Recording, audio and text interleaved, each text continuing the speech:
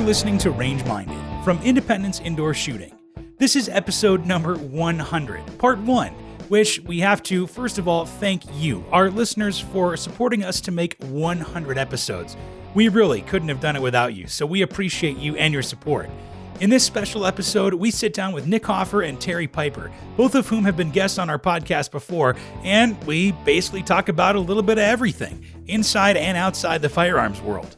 One thing to note that the opinions and views in this podcast are our own expressly and don't necessarily reflect the views of the podcast or Independence Indoor Shooting. So with that out of the way, as always, thanks for listening, and we hope you enjoy episode 100, part 1 of Range Minded, the 100th episode special.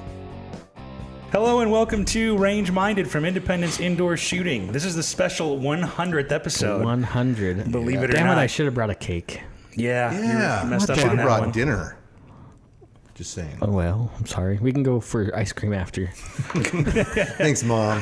Well, as you can hear, it's if not you guys are good. It's not just myself and Steve, but you know I am joined by. Well, I'm Steve, and I'm here in person, in the flesh. In person, and we are joined also by Terry Piper. And Nick Hoffer. There we go. They Look at this. They should sound familiar. Yeah, they've both been on before. Nick, I think this is your third one, right? Third or fourth. Actually, this is the fourth, I think. I can't stop counting after the first. Yeah, no, that is true. I think we did do. His brain broke So it doesn't after feel like one. the first time, Yeah. then. No, it doesn't. Okay. Actually, with these two, it always feels like the first time. Oh, thank you.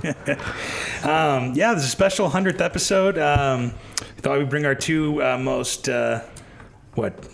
Indignant. frequent guests on. So are we going to answer Animated, the questions colorful? today, or can we come up with new ones? I wasn't good. You guys have already done the 5 questions. Yeah. Okay, fine. Do I need to make up 5 more? Uh-huh. Or are you going to make up 5 more? No, I think I could come up with a couple, I bet you could. especially in today's world. How much boy. toilet paper do you have in your house? Well, I just bought 4 mini rolls at the gas station on the way here, so I'm stocked. At least you bought them. I just borrowed them. Yeah, I was going to say, you sure you didn't just grab them? 5-finger discount. I don't care about the guy that has to use the stall after me. You got it for free 99. Free.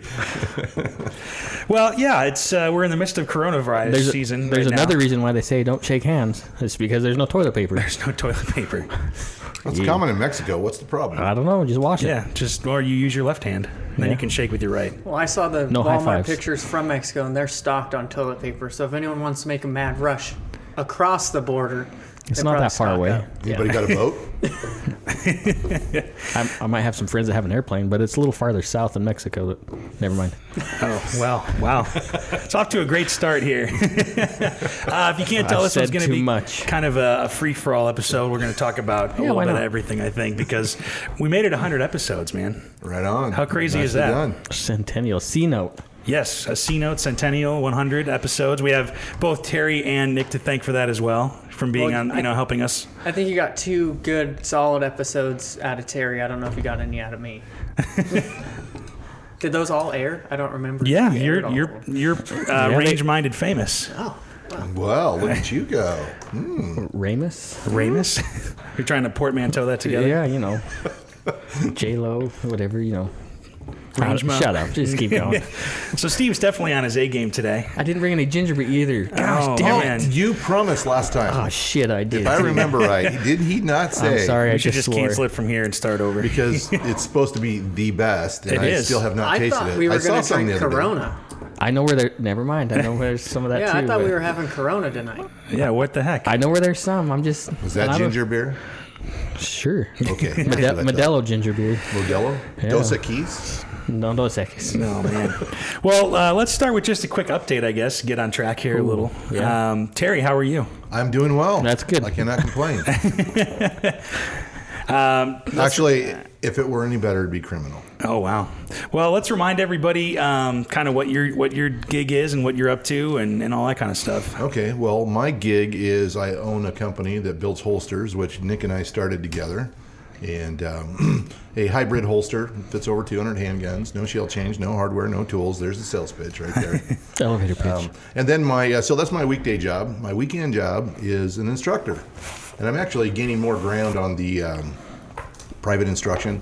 With 2,200 people a month moving here, there's a lot of new blood, a lot of retired folks, and that's kind of a niche that I'm hitting. Is a Nice. Do you teach midweek. Do you teach medical with all that new blood? Yeah, absolutely. Well, I you think- bleed, you die. You know. I think maybe you relate to the older people that move it in. That's probably why. For sure. With me being 90 years old, you know. Does the coronavirus actually scare you? Because I'm young, it doesn't affect me. So I'd like to get the perspective of some of our senior members. Okay, of the well, community. you know, I don't know. You are the most seasoned of everyone the- here of on the the four? board. As the oldest on the podcast right now, you're Oh, wait a minute. Is this the three amigos and the old guy? I'm not going to say what Well, I was you are thinking of. sitting in the No, middle geez. too. Oh, You're under fire. that's kind yeah, of you're surrounded by three people on three sides. Well, I'm pretty sure two of us are packing. Guns. I won't tell. Guns, yeah. Concealed means concealed, Terry, doesn't it? Maybe. Openly concealed. Oh, that's the name of my podcast. Right. That's the other. There's plug. the third gig right there. So, Which you can find anywhere where free podcasts are sold. That's right. right. That's right. and Nick Hoffer, I know you've been on here a few times, but He was trying to take a drink. I know I got him right where. Well, I was hoping you were going to get the case of Corona that I saw when we were walking in. I'd have to talk to the person that bought it. Well, But if he doesn't know, If they're clocked Exactly. out, it really doesn't matter. so I'm still plugging away. Last time I was here was right after me and Terry kind of separated to do kind of our own thing. Yeah. Started working on. Let's see, that was before SHOT Show. So I went Yeah. down there and picked up some business on the OEM and training side. I thought I was going to work with some smaller companies like we talked about. It actually turned out that I picked up like 3 really big companies, and nice. they're keeping me pretty busy. So cool, man. doing that, and then picked up a partner that we're gonna do. They're gonna run our retail brand, so the Hoftac brand will be relaunching in April. Oh, cool. That's exciting. What's Hoftac? That is it's a training and holster company. Oh, that's cool. And we train people how to make holsters. Oh. So I haven't been to your shop in a while. And I see all these Instagrams last year about, I'm trying to get the CNC machine into my wood floor shop. Did it happen? Did you see any recent Instagram videos? No. Because I put 3 CNC machines on that wood floor, And it's still holding him up? and it's still holding up. But then I just took 2 of them out to keep 1. So I'm actually working on implementing lean manufacturing in our shop. So cleaned out everything, like 6 dumpsters later, and Wow. He Got- milled and then demilled. yeah, Yeah, it was lean and mean. The mill that was there that you saw never actually was operational, so I basically gave it away. Wow. Yeah, it was for sale for about a year and couldn't get it sold, so I almost paid someone to take it. Got to get it out. That's good, I guess. That's pretty sound investing policy. Yeah. Sounds like government. It's true. it's for tax purposes. Bernie would be It's a proud. donation. Yeah, it was a donation. You're writing off that $50 you made last year? That is awesome. Yeah, it covered that $50. but not the fuel. Bummer. What There's do you nothing better than selling something and then having to pay the rigging company to come and take it for you. do? Did you learn? Whoa, geez. Did you learn anything though from it? Yeah, I learned that I should buy more equipment, but make sure that it works first. Yeah, do make sure, and then if you don't want it, let me know, because I'd be happy for you to pay me to take it. Okay. Well, I got a couple more in I there. should have done might go that. away. I I could have moved it next door. He could have paid me to move it to my place. That's right, because you guys are still neighbors, right? Yeah, we're very neighbors. Yeah, Terry just gave me a printer. What, yesterday? 2. Yeah. Would've been Two fair- printers. Fair trade. Well, to be honest and to be fair, I bought a copier and then I bought another copier. Actually, I don't remember the deal. It was some sort of trade. No, so he bought a copier on Facebook Marketplace, and then Oh, he was boy. like, "You should buy this one for your office that I was gonna buy." And I'm like, "Well, can you fix it?" And he goes, "Oh yeah, no problem."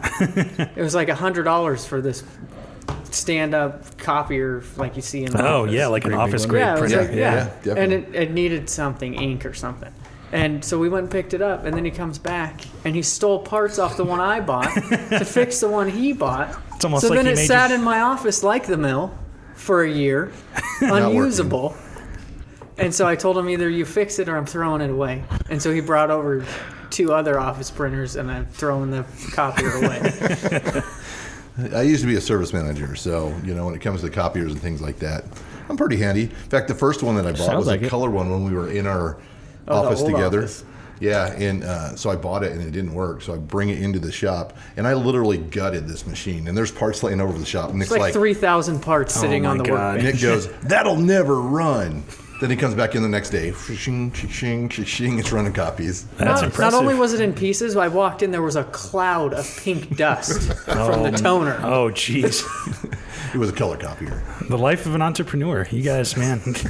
Every day is exciting for you guys. Oh, you got to make it exciting. So, but we've got, between the two of you, you've got a lot of wealth of knowledge, I would say, right, Steve? Well, yeah, sounds like it. Copy man, repair man guy, and a guy that's got great investment strategies. I'm actually selling a course on how to start a business on used equipment if you want to buy it. Sounds like a bargain too. 50% off today, $9.97. I'll get your credit card Costs them information. $25 to get it printed, Yeah, but I'll get your credit card information off the air. I don't want it. Oh, that doesn't matter. If you want to name it now, that's totally fine. That's fine. It's overdrawn anyway. Oh, so. great. So yeah, let's start with training, because obviously you guys both do training, and but it's kind of two different sides of training. So, have you guys kind of put your heads together about training people or anything like that ever? I think Terry's trained me, and I've trained Terry. So you probably learned stuff. That's from how we each put other. our heads together. Yeah. Hey, I'm going to show you something. You got to show me something. Yeah. Whoa. Hey, easy there, Tiger. No quick pro on that. No quid pro quo? No. I can't even say it. Yeah, see? What do crows have to do with this? But no, just in terms of, you got to teach people how to make holsters and how to do it well. And you got to teach people, how to, shoot well and present well, present the firearm well and everything. Mm-hmm. And, there's got to be some similarities, I think, that go into that, right? Oh, I think, it takes a special breed to be any kind of instructor, because there are some people that they try to instruct, but it doesn't come across well, or their demeanor, or to me, the worst people to instruct are people with egos, because it's like they're militant and they're people don't learn that way. You learn by being kind and cordial, and fostering them along in the time they don't know anything, to the point that they get to the place where they actually get pretty good at it. And so, yeah, I think Nick's a good instructor as far as trying to get things across. I keep banging things on the table. That's okay. Terry. I'm glad you can't see that on video. Anyway, I think there's a lot of similarities in anybody who instructs. Yeah. You're trying to get a point across. You're trying to articulate. You're trying to get them to understand how the process works, so that they can kind of move on. Yeah. Well, luckily, I do most of my instructing through video. Right. So you can I edit. get to practice a lot more. You don't have to do it in front of a live audience. Yeah. No, I do some training in person as far as manufacturing and holsters and whatnot, but no, most of it was like we talked about before, creating a video library and that website where all of that is available to our customers, which is basically what it is. We're just teaching the other holster makers how to use our product in their business. Right. So. But it's, what was I going to say? I have no idea. What do you got, Steve? I was going to say, I worked for Nick for a couple weeks. Yeah, that was the best training you could get. throw him to the wolves. No, but Terry's a really good worker too when it comes to in the shop. I mean, he's a good worker, but when it comes to manual labor, you can just throw him in the fire and let he figures it out. Yeah, I started working for him. He's like, here, do this. So he kind of showed me how to do everything. So I just I get into a groove, I get into a rhythm, and he was like, dude, you're the best person I've ever had working for me. I tried to get him to quit his business. To work for you. Come work in the shop. He wouldn't do it. No, he wouldn't. I don't get it. That's why we had to. That's why we couldn't be business partners anymore. Because I was like, see. look, dude, you need to be out in the shop.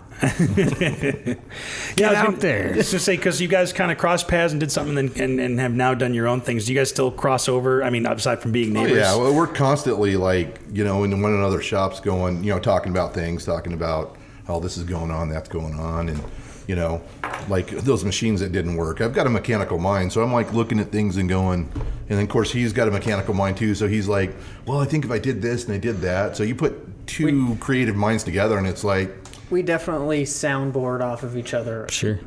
Probably every day. yeah, for the most part. Oh, wow. I think that's good, though. It's pretty convenient being that I have to walk by his office to go check the mail. So you really have no choice. And I get bored working in the back by myself. So on days where I'm by myself, I'll just wander up to the front and see if I can bother anyone else. Is it unique? Do you have any unique, challenges that you guys face? And it could be the same or different, like having a firearms kind of related, business? Oh, anytime you're dealing with firearms, there is that idea that there could be a catastrophe. Sure. And so I've gotten very regimented about how I run the range. And so, and it was kind of funny because like several months ago, my wife asked me, "You ever worry about getting shot?" And how long have you been doing that? 13 years. And this is the first time she asked you? Uh-huh. And I'm like, I never really thought about it. Now I am. When somebody says it, it's like kind of opening Pandora's box. Right. But 13 or 14 years now, I've had one accidental discharge on the range. And that accidental discharge was you? It was not me. Oh, okay. I just want to clarify. Remind me to tell you a story about front sight. Anyway, the student had their gun pointed where they're supposed to, sure. Low ready. So luckily it ended up out but one time in 14 years, I think that's pretty good. That is pretty good. Pretty good odds. But that's impressive. Talking about accidental, or we won't call it an accidental discharge, we'll call it an early discharge. Oh. Okay. So I have a habit of like when I punch out with my gun, taking the slack out of the trigger. On the way out. Yeah, on the way out. So when I'm at full extension, I'm ready to press, yeah. Right? I borrowed somebody's gun. It was a match grade trigger. Surprise. And the guy that I'm like, the holy grail of like front sight, Johnny Wilson, I've been talking about him to all my friends. This guy is like a machine, blah, blah, blah. And so he just happened to be on the range when it happened. Surprise. And so I'm like punching out. We're not even supposed to be shooting. We're just punching out, kind of working on technique. Better. And I'm punching out and I'm taking the slack out and hit that match grade trigger. Boom. And Johnny Wilson walks over to me and he goes, "All right, Piper, so the only question is, did you hit your target?" "No, sir." Probably my most embarrassing moment in front of all my friends. That's the weekend you got Grandmaster or whatever it's called there, right? I have 4 DGs from Distinguished Marksman. Distinguished Graduate. Yeah. Nice. Wow. Nice. Because that's probably one thing that a lot of people don't think about is where do the instructors get instructed? Well, most of them have to start with NRA. Yeah. And you know how fun that is. Let's see. How do I say this nicely? I appreciate the NRA and everything they do, but some of the worst instructors I've ever seen have been NRA trained. And really? I think we've talked about that before, yeah. maybe off the air, because I feel the same way. Like it's just like a mill. It's training not enough. mill is just it's not enough, and that's it. Because that's the bare minimum. Yeah. Yeah, and that's human nature for people to take the path of least resistance. So right. if I can do this little and get here, I'm going to do it. And so I understand that's human nature and the nature of any kind of organization that is going to try to make money. Right. They're going to try to pump things out, and bring money in. And that paper that says I'm an NRA instructor is worth. It's recognized in so many places. That's the start That's point. the appeal. It's also a great way to get cheaper insurance. Yeah, it is. Yeah. I haven't seen that happen in my life. Yeah. Well, your liability insurance is like half the cost if you get it through the NRA. Oh. Right? Am I wrong with that? As an instructor, or Yes. like As personal insurance. protection. Yeah. Oh, okay. Yeah, it is pretty cheap. But yeah, I think that's where everybody starts. But for me, I go to classes from other instructors and sit in, watch, maybe even participate. Obviously, I got hired at Front Sight, so that was really, the first trip down to Front Sight, I went down there to get hired and realized I wasn't going to make it. Really? Oh yeah, it's a very regimented. It's one of the toughest skills assessment in the business. And so I got through day 1. It's a 4-day program for instructor development.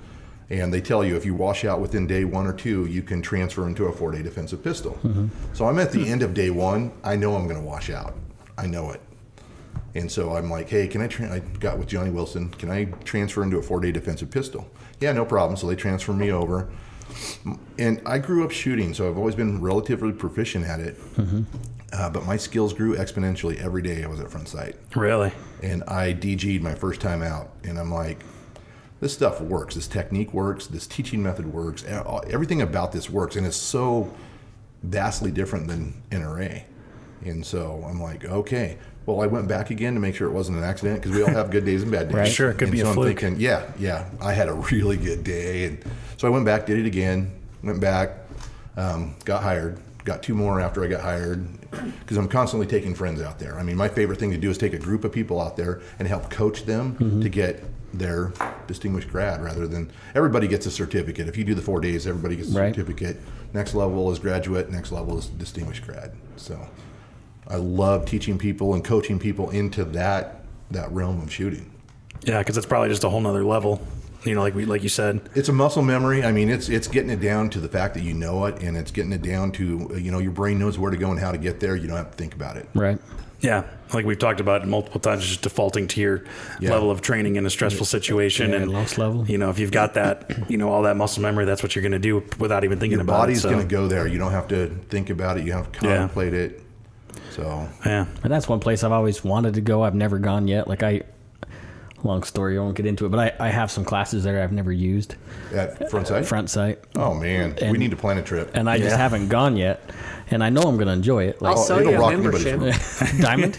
Yeah, I got a couple of memberships that someone traded me. If you can buy a membership relatively cheap, you will go one time and feel like you got your money's worth. I guarantee it. Well, the thing is, I'd end up going every year. My neighbor goes down every year. Yeah. I've got friends that go multiple times a year, and I, as an instructor, I went down there multiple times to teach and multiple times to train as well. And as far as an instructor, for your question, I mean that's where I go to really get on. When you spend all your time teaching, you don't do as much shooting, right, yeah. And so for me, a lot of times, and I don't do it to show off, but I shoot during my class. And I had a class. In fact, I came straight from the range today, and it was kind of funny. I don't do it to show off, but when you expose your skills to people, they just go, I'm calling the line of set, ready, fire, and I whip out my gun and fire 2 shots before they even get their gun out of the holster. They're like, holy crap. I'm like, well, it gives you some validity. That's the word. Yeah. That's the word. And that's the thing as an instructor, you can lose or gain all credibility in 1 or 2 shots or doing something wrong. Oh, yeah. So you better be on top of your game when you're in front of students. And I've flung some shots in front of students, and you just go, Nick, they're going, who is this clown? Have you taken a class with Terry? I don't know if I've taken an actual class with you. No, I've done some private. In fact, I know we shoot here. It was with Nick that I think I talked about this phenomena. I've seen it with 2 people who either can't close their non-dominant eye, or they're cross-dominant and leave both eyes open. That phenomena where the brain is trying to decide which eye is going to shoot, and I saw it with Nick. That's the first time I ever saw it. And I'm really? Like, dude, put that gun in front of the eye you're going to shoot with, and I think it was the first 3 shots after doing that. I was complaining because I was shooting low left, and so I was trying to adjust in every way that you adjust for low left, and finally I was like, I'm just going to shoot with both eyes open because I can't see. Yeah. And he was watching me, and he's like, look with your left, he told me to close my right eye, and I'm like, I can't. I sat there for 5 minutes trying to awkwardly close my opposite eye. I couldn't do it. So I kind of turned my head to the side and looked down the sights with my left eye, and it had to be a fluke because first shot was right in the bullseye. Dead center. On. The circle was still in the bullseye. It took only the paper out of the middle. Oh, wow. I can only imagine seeing you there somebody's like, man, what is wrong with this guy? He's over there. You can't. Is he having a spasm? Well, so what was it about? You actually just physically couldn't close your eye? So I'm right-handed, left eye dominant. Okay. And so I trained myself as a kid shooting through a scope, hunting to close my left eye and look through the scope with my right eye. Oh, okay. Because I'm shooting right-handed. Right. So then when I started shooting pistols when I got older, I just always automatically closed my left eye and brought up the sights. Muscle memory. Because I couldn't see with both eyes because I didn't know that I needed to be looking down the sights with my left eye. Man. So I kind of looked into it, and I kind of knew about it before I was shooting with Terry, but at the same time I was like, I just want to hit the target, so I'm going to close my eye. Right. So when I do classes in the past, I'd wear sunglasses so that no one could see that I was closing my eye. Huh. Well, that's one way to do it. Yeah. But it's funny because it's those little things that you don't know until you actually get some private instruction and all that. I think I found out I was cross-eyed dominant by a fluke where I just had turned my head a different way or whatever. And I was like, wait a minute. And then I learned about eye dominance, and I did that thing where you take the triangle over your head or whatever, and it came to my right eye. And I'm a lefty, but I'm right-eye dominant. And then after that, I could just boom, boom, boom, Well, then it also helped with, I used to think red dots on pistols were stupid because I was fighting to find the dot. Right. So then as soon as I positioned my head correctly, now I can pick up the dot instantly. And it's there. A life There. changer. So yeah, it made it so that I wasn't like every person that came in for a holster. I'm like, why would you want a red dot on your pistol? It's so dumb. You just pick up the sights just as fast. And now I'm like, oh, maybe it does help. Yeah.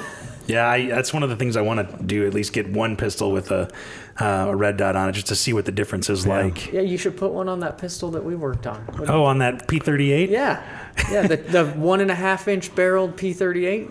That'd be perfect. Yeah, right. Did we tell you that last time when so Nick made us some holsters because he made Steve's Glockster holster, which he has right now, which he's modeling for you. Yes, You can just imagine it.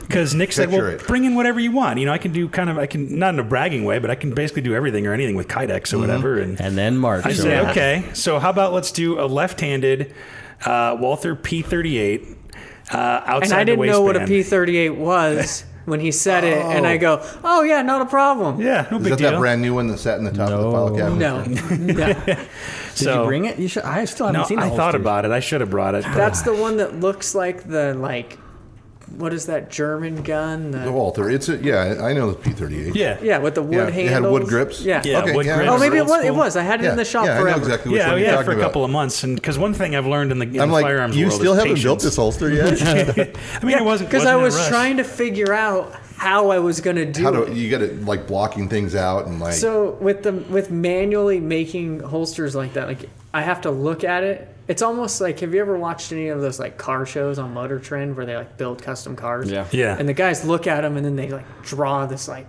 awesome car, right? Yeah. So in my head, I can see everything that I need to like change to make it into a holster and what it would look like in the end. Yeah, you can picture it in your But head. with that gun, I was like, I'm gonna have to really tear this thing apart.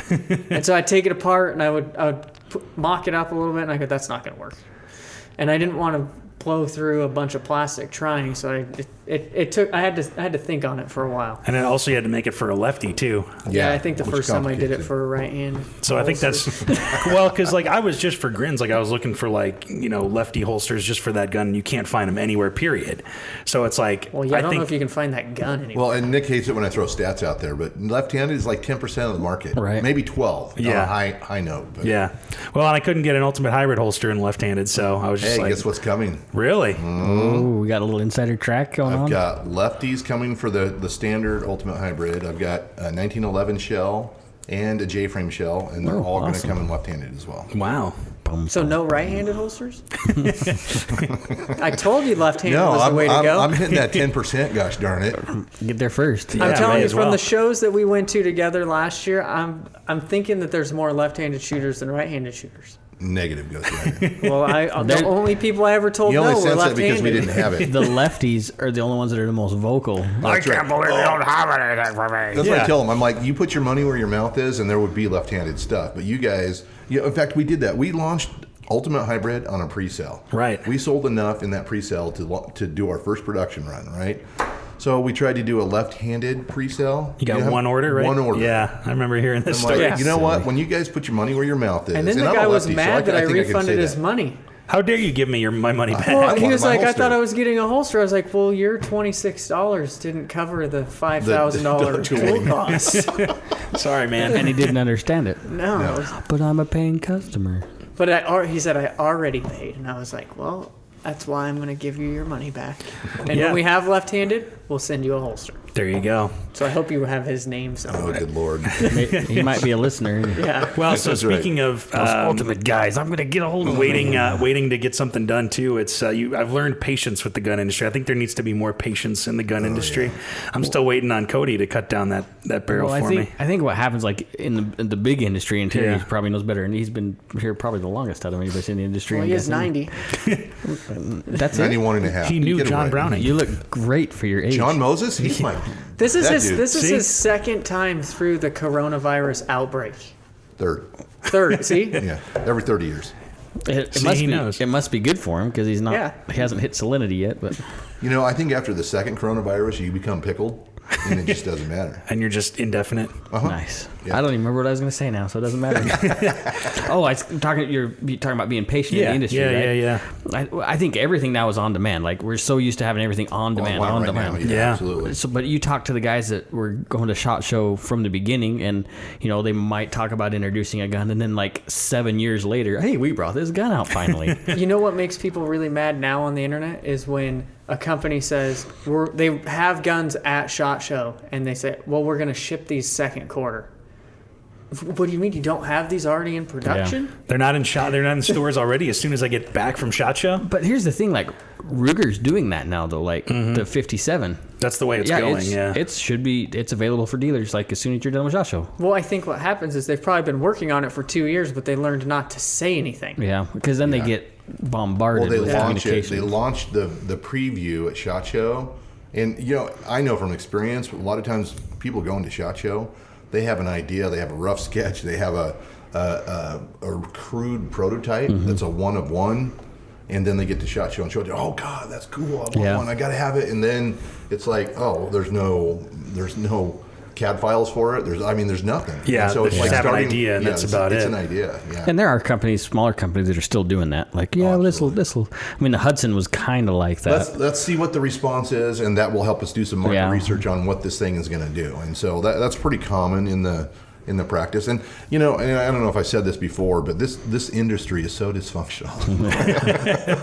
Oh man, I don't know what you're talking about. I have no idea what you're talking about. How about that? Yeah, let's switch gears to that, because I don't think we've really talked about what challenges are in the industry. We've kind of skirted around it and talked to other people about it, but you guys are obviously in it every day as small business owners and dealing with not only gun customers but suppliers and all that kind of stuff, and then you and I are on the floor and stuff, dealing with customers that way. And so what do you guys think about or hope to see that to maybe change in the industry in the next couple of years? I'd like to see things not like ebb and flow with politics and world events. I'd like to see it stay steady Eddie, but I don't think that'll never happen. The politics with guns is so hot now more than ever that I've noticed anyway. Yeah, but now that they're banning toilet paper, isn't that what's going on? They're going to ban assault toilet paper, and that's why everyone's buying it. After they saw the video on with Steve taking care of coronavirus with a leaf blower. Go check that out on Independence's Facebook. That was pretty cool. No, but at least now the toilet paper hoarders know what it's like to be a gun owner. Or the general population does, yeah. They call us crazy, but they're buying cases of toilet paper. And all of us are sitting back going, really? What are you going to do with all of that? I was thinking I was going to start a plumbing business after this is over. If the guns go away, I'm going to be a plumber, and I'm going to specialize in unclogging toilets because people have 15 years of toilet paper. Well, you might have to too, though, because I've heard that people were buying Kleenex and buying paper towels to use as toilet paper. That stuff doesn't flush. Well, and I saw some kind of a PSA where they were talking about that very thing. Only flush toilet paper because these things A, will clog your pipe, system. And B, they can't get filtered through the city system. Sure can't. Well, I'm gonna launch a pro tip right now for everybody trying to get toilet paper. I got a recommendation today, and this is gonna go to all 100 million of your listeners, so they'll never have it again. But Camping World, they sell RV toilet paper, and they keep huge stocks of it. That's cool. Really? So I happen to know a exec at Camping World, so I'm gonna make a phone call. Go. Yeah, so if you're really desperate, and that stuff is biodegradable. It biodegrades. I see. It's a little more expensive, but I'm saying if there's nothing on the shelf, it's not as comfortable either. Oh, is it like John Wayne toilet paper? It's like, remember when you were in high school and you went to go dry your hands with the brown paper towel? Yes. That's like RV toilet paper. Oh, man. Do you remember? But here's the thing. If it's worth it, yeah. Oh, geez. Am You're I running dangerous there. Am I the only one that remembers the old gas station rolling pet towel? Oh, the old towel? Yeah, where the stuff just went around and you wiped the germs back on your hands. Think on of the how opposite gross side. that thing. We are immune. No. There were companies that came in and exchanged the roll, but half the time it wouldn't roll, and so you're so everybody would be using the same kind at the same spot. The same and spot. It'd be mildly it's not damp. rolling. You just dry your hands. I just remember the cardboard paper towels that you go into the bathroom at school and you try to blow your nose because you had a runny nose, and it was you come out with your face bleeding. Cut up. It's like wiping your face with a porcupine. Like, I think now we could run that paper towel through the copier. and print on it if we cut it down the right size. I bet you could find some. Like cardstock. Yeah. Well, it's not. It's funny though too because people are probably buying a butt ton of ammo today, right? Holy shnikes. Today was ridiculous. Really? Yeah, so like all day long. In the beginning, it was range time. It was pretty heavy, and then all of a sudden, like somebody must have saw somebody else buying a case of ammo, and they're like, oh, I gotta buy a case of ammo. So what do you think in the last 2 days, because you guys work in the stores, like what do you think in the last 2 days made the shift to people buying what I heard was 9mm ammo? So I talked to a friend who works at Rainier Arms, and they said that 4 of the 5 largest distributors said that they did not have product to ship to restock. I know Really? it was, man, I was looking at something today, and there were some major online suppliers that were like, yeah, well, we're done. We're out. And today it was 5.56 and 9mm. Like, Well, and then Olivia crazy. said somebody came in and bought like a case of 7.62. So it's everything. I learned this lesson early in the gun crate 2013 gun craze. Oh yeah. AKs are the way to go if you need to buy ammo.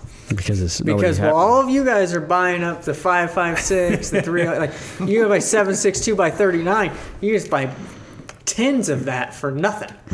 the old tuna cans full. Yeah. Yeah. Why not? And you can shoot steel case. Yeah, it'll eat anything. Yeah. I was in Salt Lake about, 3-4 weeks ago for a gun show there. And you guys familiar with Mywall Corporation? They're Mywall? a factory reloader. And so I picked up 1,500 rounds for $219. Ooh. Wow. But they had like 75 rounds or 100 or 500 rounds for $75. And I bought a buddy of mine 10mm ammo. It's like twice as expensive. But yeah, and when I waited till day 2 of the show. So I went over and I'm like, I better go see if I can pick up some ammo. They were almost out. There was a frenzy around that whole thing, and this was 3 weeks ago. That's crazy. Around that whole thing, they're a big enough company. They bring 2 or 3 semis and bring in pallet racking. Everything's brought in on pallets, and they're in large. Here's the deal. military They bring their own ammo boxes. forklift. They do. So They're serious. Yeah. And so, but they were crazy busy all day long. It was like nonstop circle around that place. So I just talked to our buddy Will, who owns Just In Case Holsters in Arizona, and he told me the New Mexico gun show got canceled this I'm weekend. sure. Oh yeah. Yeah. A lot of stuff is getting. Yeah. It's a good thing SHOT was in January, or else it probably would have been canceled by this Oh, point. you know what's funny is everyone talks about the SHOT Show crud. I've been going to SHOT Show since I was 10 years old. I have never gotten sick coming Well, back I got from sick SHOT this Show. year, and I was talking to someone about it. And I'm pretty sure with Chinese New Year, I already had coronavirus 2 months ago. It's possible. Because I came back sicker than I've ever been in my life. Never been sick coming back from SHOT Show. Yeah. And I had all the symptoms. Really, the fever, Yeah, I had a fever. Respiratory I couldn't- issues. I was coughing. I couldn't catch my breath. His eyes turned green. I mean, it was like. Yeah, all that stuff. And then my girlfriend got sick. Same thing. And then So all of a sudden you're I the was reason okay, why and there's now- cases in Meridian. I don't know. Oh boy. Nick was patient 0. I don't think so. I think that a Ground lot zero. of people that were sick might have had the same symptoms, but you don't know. This is Because we such didn't a. get tested. So. It's so silly. Like they never talk about the thousands of people that have survived it. Right. We never hear that statistic. Yeah, But statistic. I love the like. So I spend a lot of time on Instagram, and so I love watching people. And they go, "Who do you know? Who do you know who even knows someone directly who's has affected it. by it? Yeah. Who is tested positive? Right.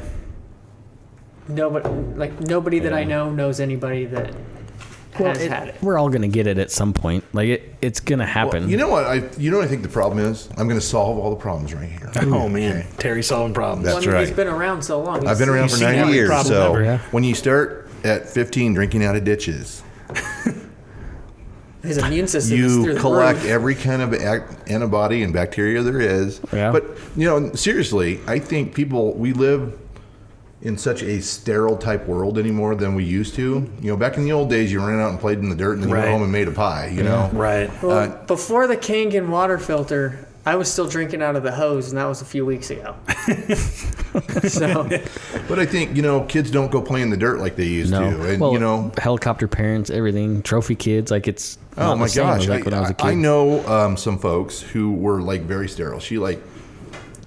Very sterile. Just Lysol all the time. Oh Purell, yeah, all and that like stuff. mop the baseboards and everything. I mean, it's just wow. like crazy. And one of their children, at a young age, had a chest tube, I'm like, it's because you don't expose them to antibodies. I mean, Yeah. God designed our bodies to be kind of self-healing machines, and things that were put on this planet for our health. Well, our body And- needs practice. Like our immune system needs practice on, It's gotta- on yeah. stuff in the bloodstream. You just kick in a killer virus, and they don't know your body doesn't know what to do. Yeah. It hasn't built up any immunities to anything. Well, Learned the how same to fight. thing with medications. You feed Yeah. your body medications. Your body figures out a way around it. Finds that loophole. Oh, here's a new one. Let's call this Yeah. one COVID-19. Or it's gonna get used to it, or it's Yeah. not gonna be effective. Yeah. Well, and what happens when you take a lot of, when I was a kid, I suffered from migraines, and I took Tylenol like it was candy. Is that Yeah. why you have one kidney? What? No, that's why I only have half a brain. He sold the kidney. But that's right. Black market brings a lot of money. I got immune to it, and I could take a dozen Tylenol, Wow. and it wouldn't even touch anything. Yeah. So I started taking Excedrin, and it started working. I could actually smell when it started working on my nostrils. It was really weird. That's weird. And now that I only have one kidney, which is true, He didn't sell it. I didn't sell it. No, I got diagnosed with kidney cancer, had it removed. But anyway, so now I can't take like hard. Could I have bought that one? Bought my The bad cancer one. kidney? Cancer kidney. I don't know. I wonder what those are worth on the Yeah, black market. black market. At least half price. Yeah, It's 40% off. functioning for now. still works. A few clots here and there, but other than that, it's fine. No big deal. Sorry, I just was curious No. if we'd get Just half. take a the brush, 30 scrub it grand out. for it. Lysol, Pure Out. Dip it Well, in can you some throw in Purell. one of those those engine cleaner, parts cleaner Dishwasher. things? That's what we're putting in the shop. We have There's a- spot Oh, yeah, one on a solvent Craigslist. cleaner, yeah. We have a Dishwasher. Sonic cleaner here. There we go. Sonic, that'll yeah. do it. Shock that Shouldn't thing have to left death. without it. Left the hospital without it. That's right. Anyways, you built Can up I get a refund you on my built kidney up removal? immunity. Sorry, I didn't. No, and then Tylenol just quit working, and so I had to switch to something else. Right. And now, like, I can't take anything with NSAIDs. I can't take ibuprofen because it's hard on the one kidney that I got. Right. So, That's crazy. yeah. Yeah, it's crazy to see how people react, but I mean, it's kind of interesting, you think about it in like a tactical mindset or whatever, like just a kind of prepared mindset of just, I think people get hysterical when they're not prepared about things. Oh, People are absolutely. panic buying and seeing, and obviously we've seen in the gun world, like you said, in 2013, that was a thing. But it's kind of interesting to step back and look and just kind of think about, it makes me at least think about, not buying into the hype and not The freaking out rationality. like everybody else. My wife and I came up with a new quote the other day. You ready for this? Yeah. When we start making decisions based on emotion, it ends up in a commotion. Ooh. And that's true. That's I mean, deep. when we let our emotions dictate our actions, there are consequences that go far beyond the then and there. And and I teach this in my class.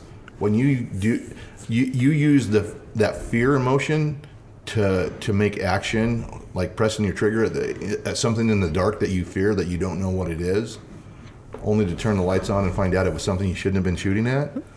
And you go, Oh, I you know got a what? story for that. I let emotion dictate my action, Yeah. and there are consequences that I was not equipped to deal with, such as blowing away a loved one, or Right. What's your story?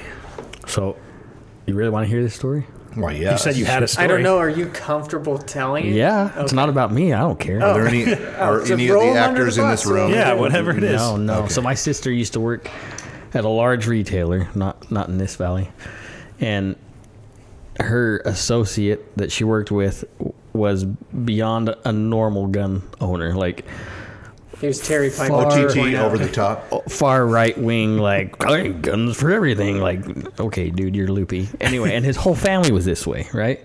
They were just extremists when it came to gun ownership. This is Steve saying this, by the way. Yeah. I just want to I was point like, that out. yeah. I'm just saying that should like, There's the benchmark. yeah, that should tell you like these guys are.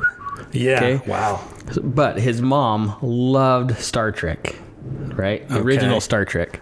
And somebody gave her a Captain Kirk cutout.